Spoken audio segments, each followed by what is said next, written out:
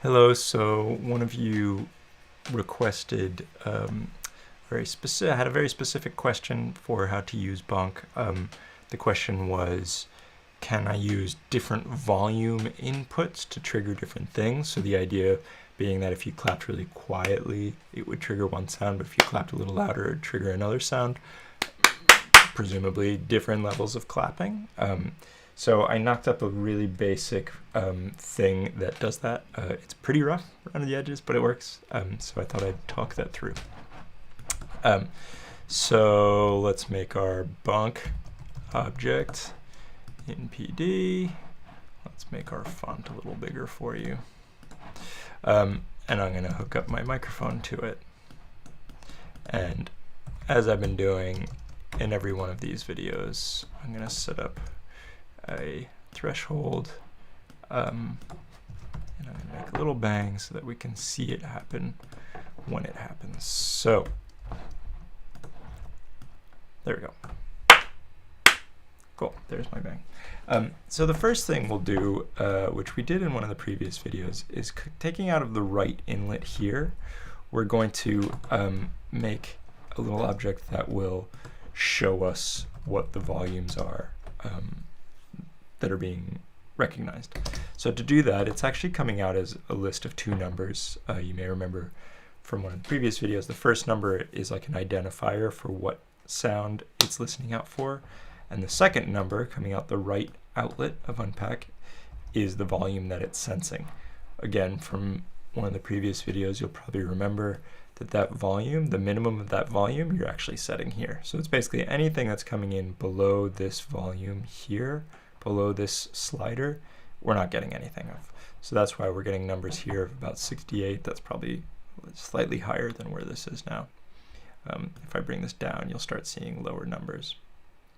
But it gets much noisier. There gets to be a lot more false positives. So if we bring it up back to around 70 or so, then it will only trigger when a sound volume goes higher than this, whatever that means. So then we just gave us a number of 207, which is quite loud. Let's see how loud we can make it. About 223. Now that will depend entirely on your sound card, your gain, your microphone, your settings, lots of things. So it's always worth testing and getting a feel for what the range is there. But let's just label that raw volume of each bang, right? And what we want to do is divide that number down to make a set of low numbers. So my thinking is, instead of having it go between 70 and 250, let's try to make it go from 1 to 5, right? So to do that, we'll divide this number by 50. And let's just show what that will give us. So that's giving us 1.6 to 3 or 4. Now, obviously, if this was a lower number, we'd get higher range, right? If this was dividing by 20, then we're going up to 10 and stuff instead. But let's do that, right? So that's about, what have I written in my notes? Divide down to a set of low numbers. Okay. There we go. So we don't need this number box. Instead, we need to convert that to an integer so that it's a little bit easier to understand. So we can put that into a new object called I, and what that does is convert to integer. I'm getting an error message. Oh, okay, that's because I made an object instead of a comment. So let's have a look at the numbers that are coming out now.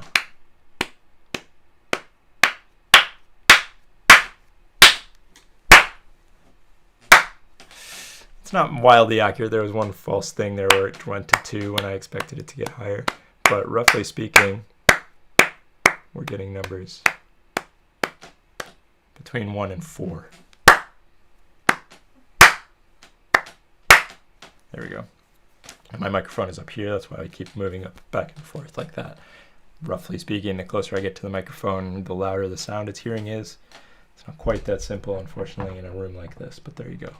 Now there's a funny little bang I've noticed, funny little bug in bonk that I've noticed that means that it can often be sending bangs in certain situations, even when it shouldn't be, or sort of like weird ghost bangs. I don't really know what the deal is with that, but I've found that by putting a trigger float coming out of here, it cleans that up right away and it stops becoming an issue.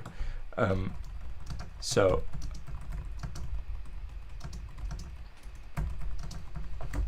the number that's coming through here, the higher the number represents the louder the sound. And this is just a bug fix thing. Now, since we've got some relatively clean set of integers between 1 and 4, all we need to do is have a select object, SEL, and then we'll say 1, 2, 3, and 4. That means when it receives a 1, it'll bang out of here. When it receives a 2, it'll bang out of here. When it receives a 3, and 4. Anything else will get bang out there. And then we can just make little simple sound players. So it's similar to what we did before. Trigger bang bang, the number 1, not read, open, sounds,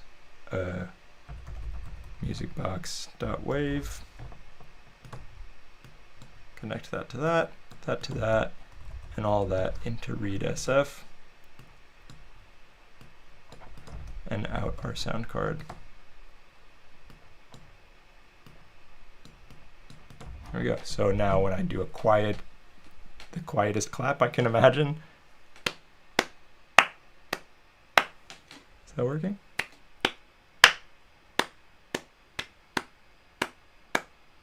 No, it's not working. Oh, I haven't saved my file. Okay, so that's a good lesson for you. So this is still an unsaved patch. I'm going to save it.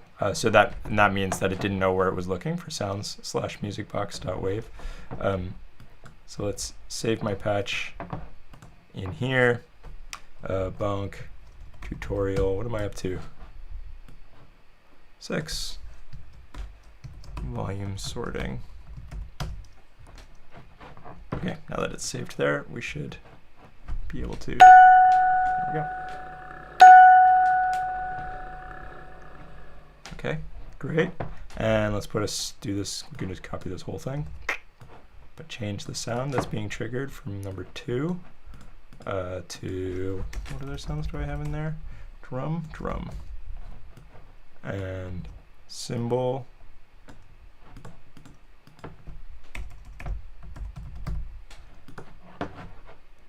Obviously there are more efficient ways we can do this, but this is just the simplest, stupidest sound player imaginable. Let's put gun. Okay, 0, 1, or 1, 2, 3, 4. Save. Now.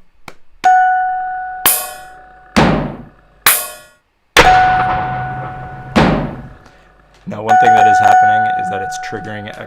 It's double triggering from the microphone and the speakers that I'm using. So I've just turned my speakers down quite far, so that should stop happening. But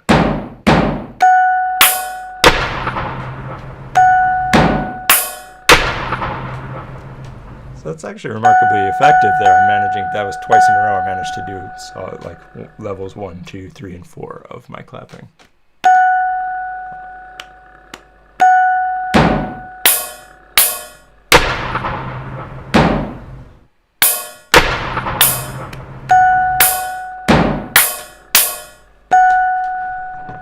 There we go.